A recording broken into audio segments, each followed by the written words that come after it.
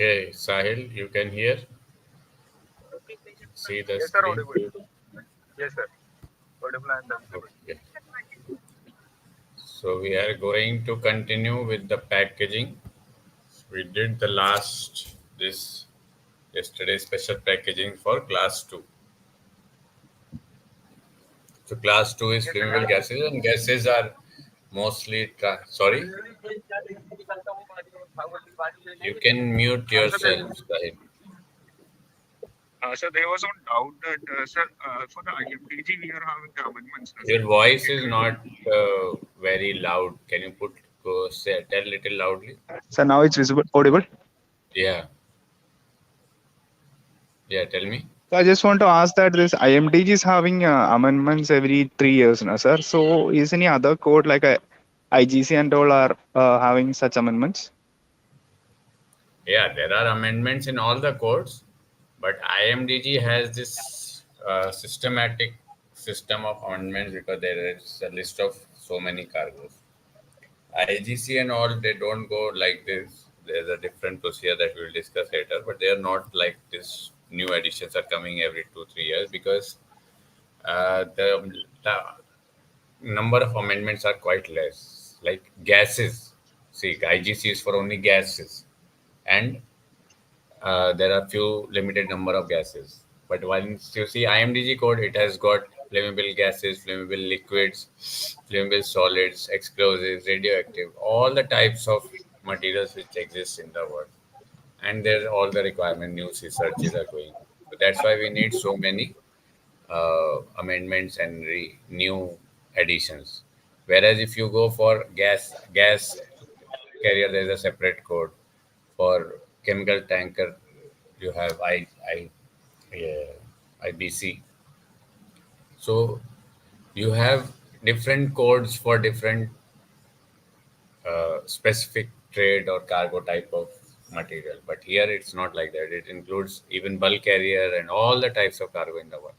So that's why there are so many amendments, and we have to do so much of amendments every 2 years. The new edition has to come. Okay. Rest when we are discussing those codes, we will study. They come on time to time as per the number of amendments or something. If there are too many amendments, then the new edition is published. Yes, sir, understood, sir. Okay, good question. So let's continue with the packaging provisions of class 2. So these are applicable to the use of pressure receptacles for transport of class 2 gases. So obviously gases, if you have seen my other videos, or if you know that gases are transported either in mostly pressurized form, generally for small gases like you have an LPG gas at your home, or some special places you do it in mostly gas carriers in refrigerated condition like propane, butane minus 42 degrees, or LNG minus 163 degrees. Anyways, so here we are carrying them in pressure receptacles, and pressure receptacles are dangerous. Like a gas cylinder can explode, so that's the main danger. And of course, there can be leakage and fire and so many things. So that's why the packaging, the pressure receptacles have to be very strong and sensitive, and a very good amount of packaging for them. Not only just the pressure cylinder, but the outside packing where it should not move, then it should not leak, and in case it leaks or something happens, then it should also be able to hold. So very strong packing is required for this packing and securing for the pressurized receptacles of class 2 and other dangerous goods in pressurized receptacles. Not only just gases, anything which you're carrying in pressurized receptacles, like example UN number 1051 hydrogen cyanide. So that should be quite strong and leak proof system. Pressure receptacles shall be constructed and closed as to prevent any loss of contents. So make sure that they are properly closed and there is no loss of any contents or leakage of the cargo. Then, of course, there are always exceptions and special provisions. So, special packing provisions for self reactive substances, Division 4.1, and organic peroxide 5.2. So, these are the classes of in our classification. So, what type of receptacles should be there for these classes? Self-reactive and organic peroxides. First thing is they should be effectively closed. Why? Because we are talking about organic peroxides. So they generally react with oxygen and they form different cargo, or they self-react automatically until and unless they are totally sealed and don't react. They have no chance to react even with themselves or their atmosphere gases, where significant internal pressure may develop in a package by evolution of a gas, a vent may be fitted. So these are self-reactive. When there is a reaction, the gases emit, and if the gases are not vented, the container or package can explode. So if there it creates too much of pressure, then we have to obviously have a vent. Otherwise, it can explode.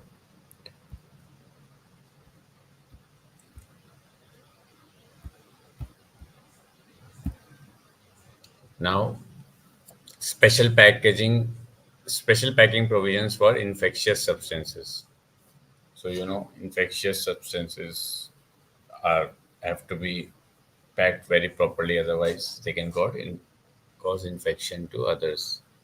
So consigners, whoever is the shipper who is transporting this, selling this infectious substances, shall ensure that the packages are prepared in such a manner that they arrive at their destination in good condition and present no hazard to the persons or animal during transport. So obviously, these packaging infectious substances, they have a chance to damage to the animals, plants, humans, whoever they come in contact with.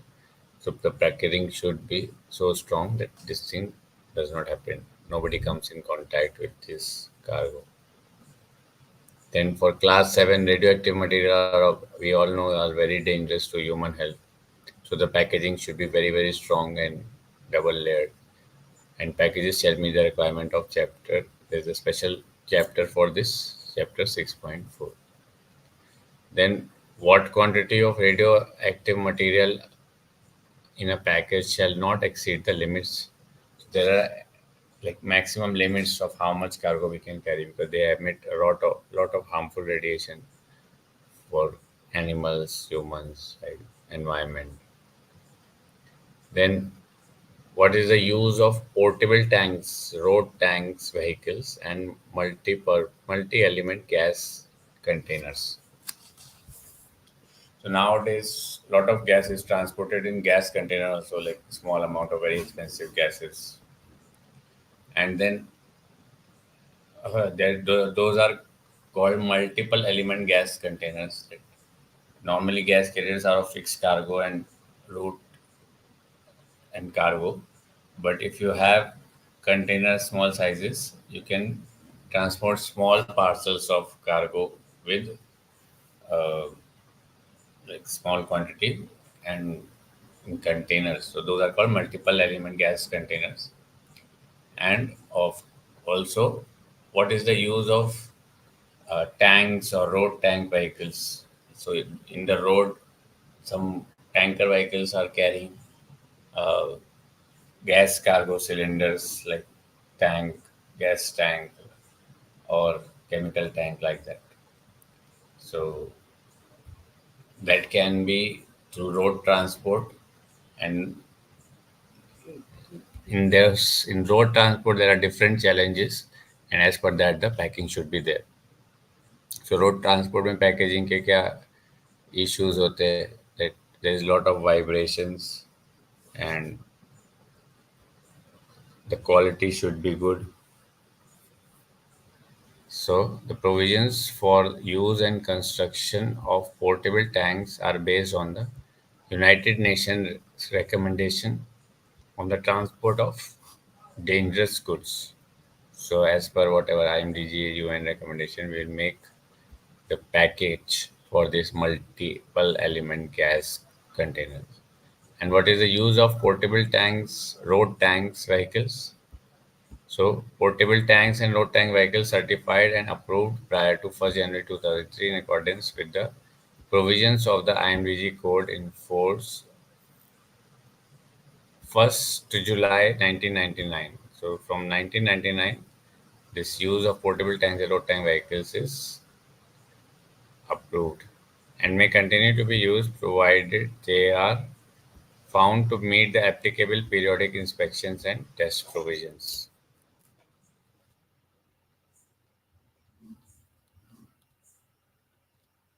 So, of course, any new requirements when they come, there is a transition period, and during that time, we have to learn and understand few other things. So, when the provisions for the construction and use of UN portable tanks were included in the code, transitional provisions related to IMO type portable tanks and road tank vehicles were also included in order. So there are all so many different type of vehicles and things carried on board the ship. Then we have to promote the construction and use of new UN portable tanks and take into account the existing IMO type tanks and the goods they were authorized to transport. And these transitional provisions are in paragraph 4.2.0 and in paragraph 3.2.1, column 12, and are summarized here. We'll see. So basically, transition there is a transition period for the amendments. In 2013, as we saw, both the additions will be applicable. The design, construction, and approval of IMO type portable tanks. Obviously, all the small tanks, portable tanks, or whatever tanks are there, they should be IMO approved type. Road tank vehicles in means you can also get permit with your local vendor. Then there are road tank vehicles like the military is using in accordance with the provisions of the Section 13 of Amendment 2928 to the code were permitted until 1st January 2003. So the code was released until 1st January 2003. They asked if anybody has any issue, they can raise or they can complete this amendment section. Then what is the use of all IMO type portable tanks and road tanks? Vehicle is permitted for the transport of dangerous goods in accordance with the code until the end of their life, provided that such tanks are inspected and tested in accordance with Chapter 6.7. So, packaging, transporting has to be done, whoever has the issue, as per Chapter 6.7 of Chapter 6.7 of the Code. If evidence of any unsafe condition is found, the tank shall not be returned to the service until the deficiency is corrected. So there are so many road tank vehicles or portable tanks type of containers for transporting dangerous goods. So it will be as per the IMDG code, but it will be of different sizes and shape. So chapter 6.7 of this code,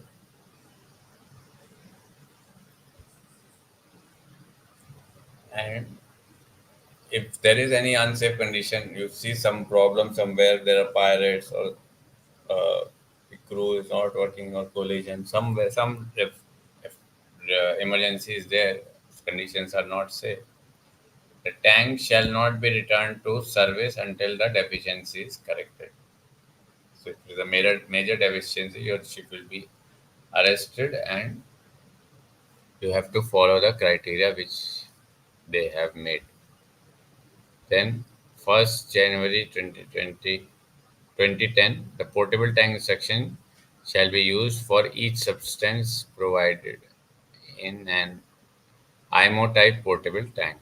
So similar to IMO type portable tank, you can ask what are the requirements. The IMO type portable tank used for this, which is UN 1760 packing group 1 and 2. So 1 and 2 is packing group 1 is the most dangerous, most effective.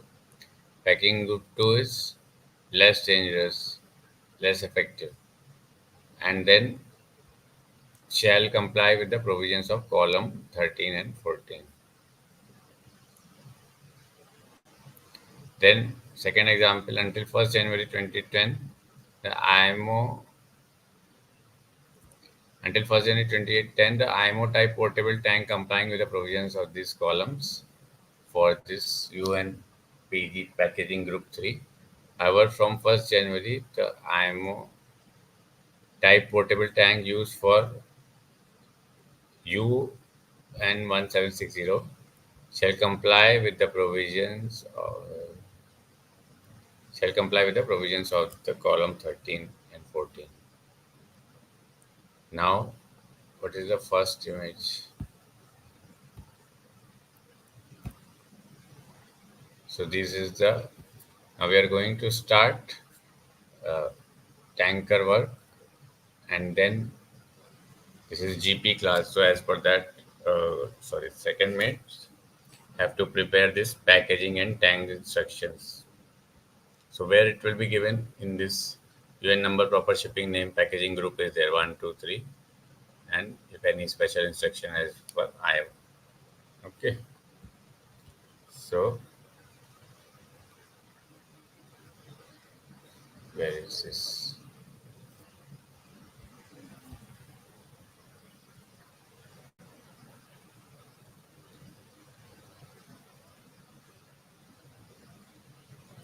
Okay. So from 1st January 2010, the IMO type portable tank used for UN 1802 shall comply with the provisions of the column 13 and 14. So determination of the appropriate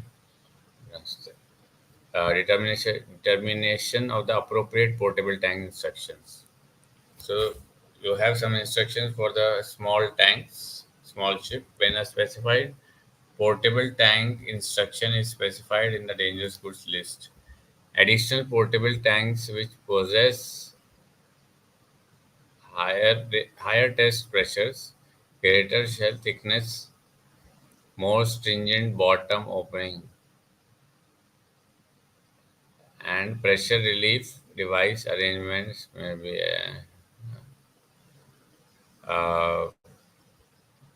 additional portable tanks which possess higher test procedures, greater shell thickness, more stringent bottom opening, and pressure relief device arrangements may be used.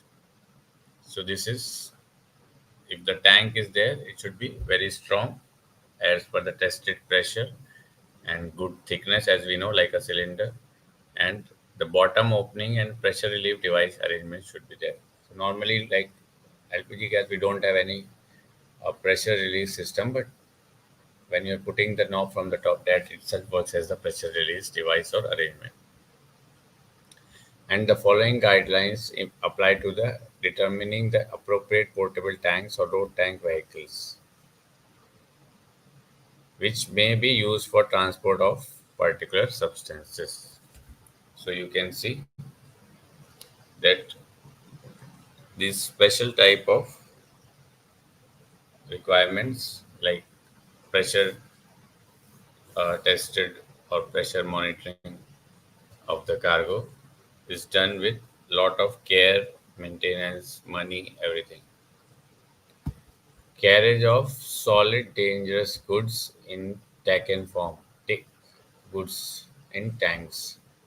So if there are flammable solids which you are carrying in a tank, then what will happen? Let's see. Solid substances may be transported above the melting point in portable tanks, provided that the solid substances are classified in classes this and have no subsidiary risk other than that of class 6.1 or 8 and are packaging group in 2 and 3. Uh, Portable tanks used for the transport of these solid substances above their melting point shall conform to the provisions of the portable tank instructions of the code, and the maximum degree of filling shall not exceed 95% as per the. It's same like loading a tank. If you see the tank of like a gas tanner or something, or the chemical tanker. It's all almost like same. You have vent, pipe, and something, but all in small quantities and instructions. So, what are the carriage of solids inside contain bulk inside containers? Solid substances in bulk shall be transported in bulk containers, conforming to the applicable bulk, conforming. Sorry. So when a substance is not assigned a bulk container, because if like we are discovering new substances every time, so there is a column 10 we'll see later on in the dangerous goods list, chapter 3.2, and that needs a approval for transport. Obviously, without approval, we cannot take even the cargo outside of anywhere. Maybe issued. So we have to issue a provisional certificate for may be issued by the competent authority of the origin country of origin. So wherever your ship is registered or the cargo from wherever it is coming, there the company will approve. Substances which may become liquid at temperatures likely to be encountered during transport are not permitted in bulk containers. So if it is a liquid which has to maintain proper cool temperatures, obviously it should be in reefer container, not a general purpose container fitted is where there is just permitted, there is no rest. Bulk containers shall be sift proof and shall be so closed that none of the none of the contents can escape under normal conditions of transport, including the effect of vibration or dry changes or temperature, humidity, or pressure. Bulk solids shall be loaded into bulk containers and evenly distributed in a manner case- that minimizes movement that could result in damage to the container or leakage of the dangerous goods. So make sure that flammable solids are placed in strong containers where it can contain the leakage of the goods also. And venting devices also should be there if they are same like gas and chemical. If there is a lot of expansion, then it can explode. So you can see the example like for corrosive liquids not otherwise specified. It has packaging group 1. Tank instructions are as per UN tank instructions are T14, and provisions, special provisions or provisions for this type of cargo is in TP2, TP9, TP27. There are so many instructions for uh, portable tanks. Then this is IBCs vary in size, shape, and material of construction. All are intended for mechanical handling, uh, usually forklift truck. So many times these types of containers which you see they are transported via forklift and they are stored maybe some chemicals or something. That's why they are called IBCs, bulk containers or bulk chemical containers. Are intended for mechanical handling, usually forklift, unless specifically designed for the purpose. Lifting from the top and is not acceptable, not permissible. So because the packing is not so strong and these are chemicals, something like that, you have to properly fit from the bottom like a pallet you are picking. Unless specifically designed for the purpose, lifting from the top is not permissible. So special designs should be retained. Then you see so many different gas bottles. They are nicely stored and packed here. Then what is the multi-element gas container? There are different variations, but different. All are assemblies that can be moved as one piece to onto a vehicle. Basically, it's like a jigsaw puzzle. You have to keep everything moving and put in the right place. Then what is the fixed tank? This is the one of the commonest way of carrying liquids, gases, and some solids, powers, granules, etc., etc. So fixed tank, obviously everything is fixed. They just manage all these things. And tank container. Tank containers are very used. Inside it's like for maybe fuel, and outside it is like some Diwali celebration, something like that. So used very widely for international trading of many dangerous substances. So you can see like this is used for gases, flammable gases. Same way you have for different types of what connections. Then this one is finished.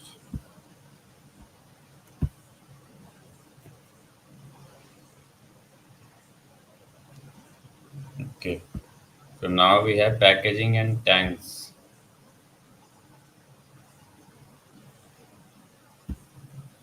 So what are the provisions for use in construction of portable tanks are based on the United Nations. So all these container heights and so many issues are there. They depend on the United Nations recommendations on the transport of dangerous goods. Then IMO type problem portable class and road tank vehicles certified and approved prior to 1st January 2003 in accordance with the provisions of the IMDG code in force on 1st July 1999 may be considered may continue to be used provided they are found to meet the applicable periodic inspection and test provisions.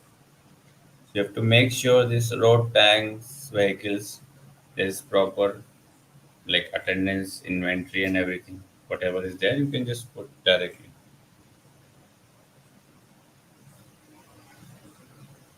And this rules of this came in existence in 1st January 2003.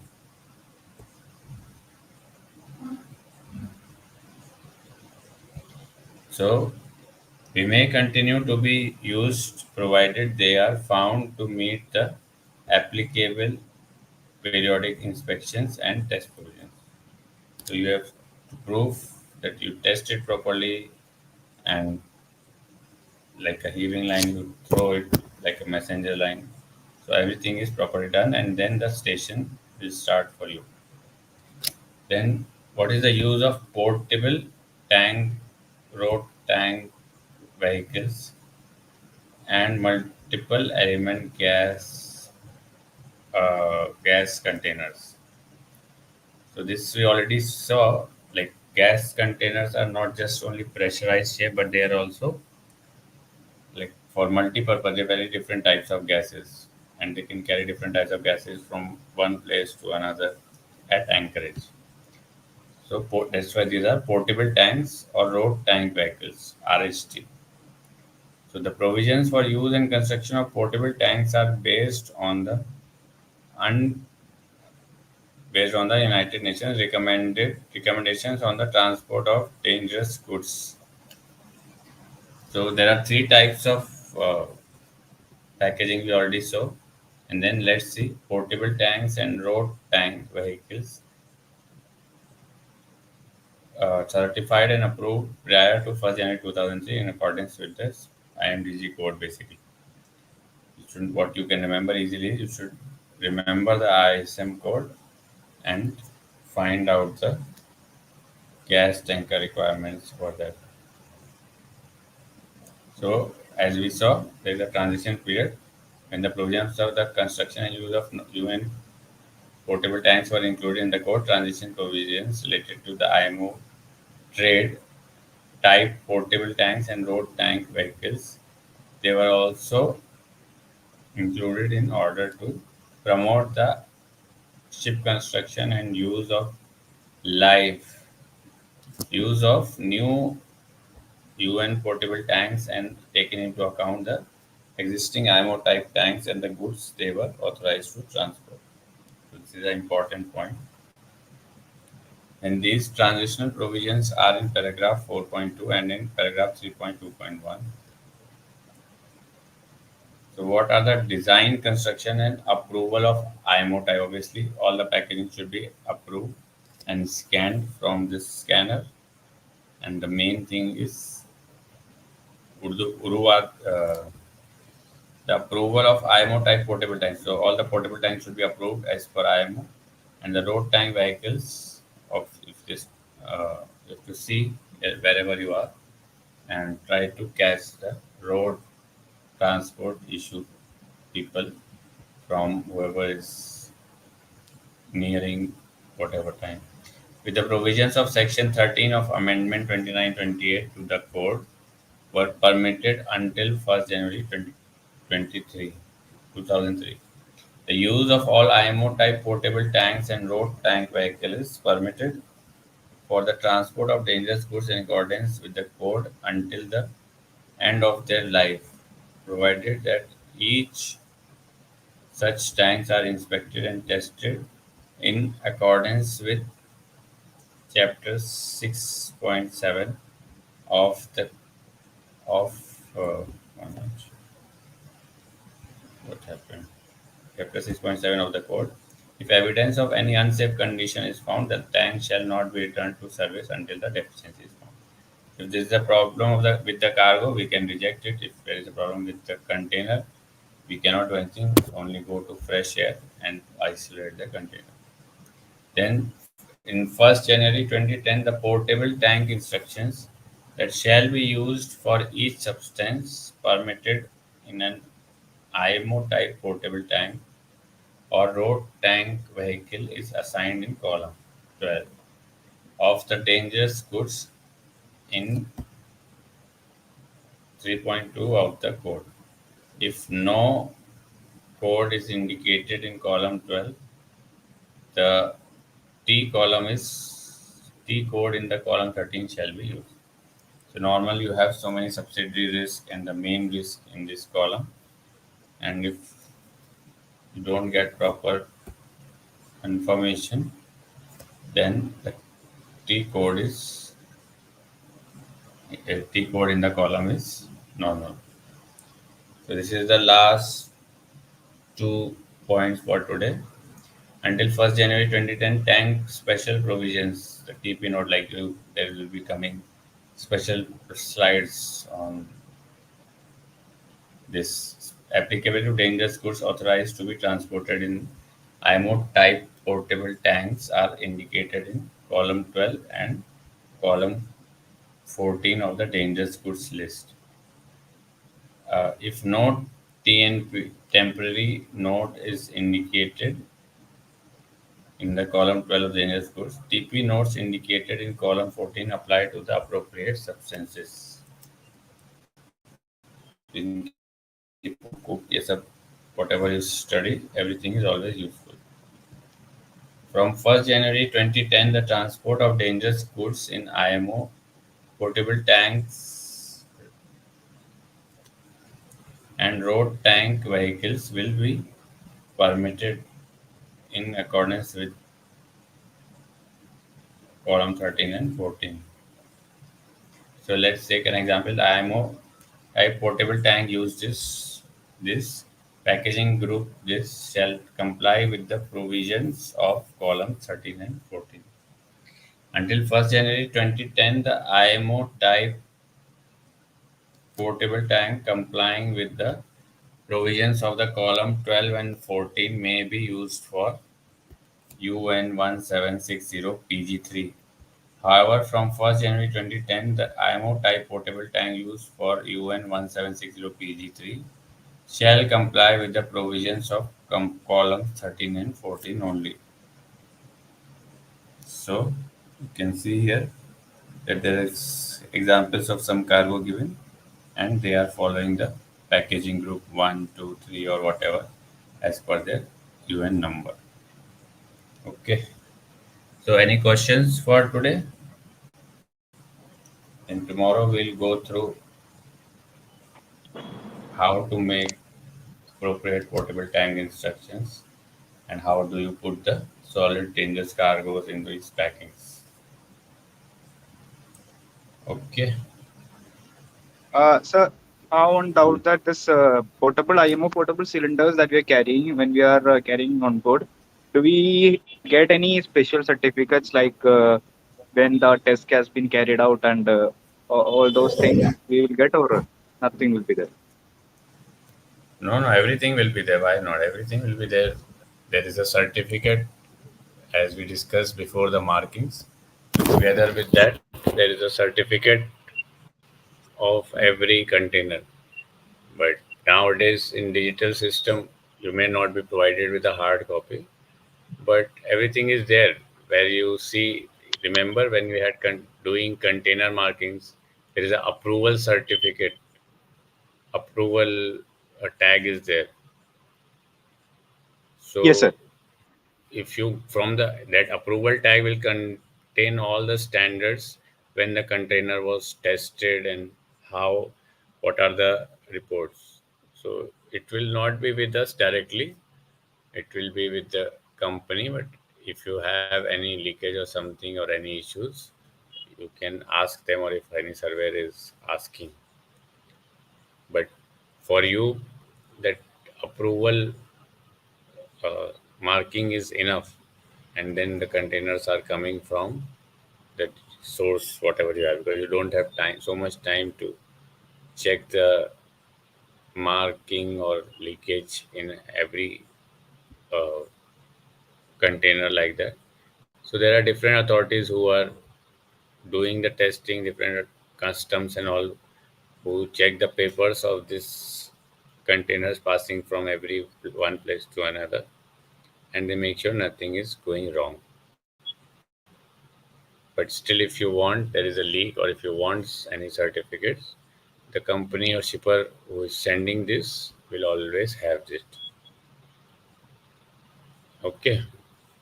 Sir, and this IMO portable tanks that we are carrying, so that will be like the size of the container only, no, sir? Like that big it will be. Yeah, yeah, yeah. We just saw no in a Yes, sir. picture. And So some picture were also whatever small. the the container may be cylindrical or whatever, but finally it has to stack on one another. So it has to be finally brought into the shape of that, right? Yes, sir. So Yes. that side, I don't know where is that picture where. Sir, and is there any requirement that this type of tanks must be like stacked on the top or in between, something like that, like separated from away from? Yeah, it is there in the segregation table. Like you see here, packing procedure, which we will do tomorrow or as we get time. So you see this. So it will be the requirement will be in the dangerous good list, and from there, what type of segregation is required that we will see from this. So away from fore and aft, it should be away or athwart ship. So 3 meters or 6 meters. This is the requirements, and which requirement is suiting for which cargo, that will be mentioned in the dangerous goods list. Okay, so that Okay, is sir. for all the cargoes we already studied, no? Because that segregation table is for all the cargoes, and requirement for which cargo what is there, which class cannot be stored together. There is a separate compatibility chart also, and in the dangerous goods list also it will be given which should be separated, which should be away from, separated from, all those things. Okay, sir. Understood. So for CTUs, transport units, there is also a column. So at what tier you can load or like that. That requirements will be there in that section. Okay. Okay, sir. Thank you, sir. Okay. Om Purnamada Purnamidam Purna Purnamudachyate Purnasya Purnamadaya Purnamevavashishyate. Om Shanti Shanti Shanti. Shri Gurubhyo Namaha. Hari Om. Okay, thank you all. See you tomorrow. Sir, Tomorrow thank is you. Sunday. Maybe see you day after tomorrow. Yes, sir. Good night, sir. Okay, thank you.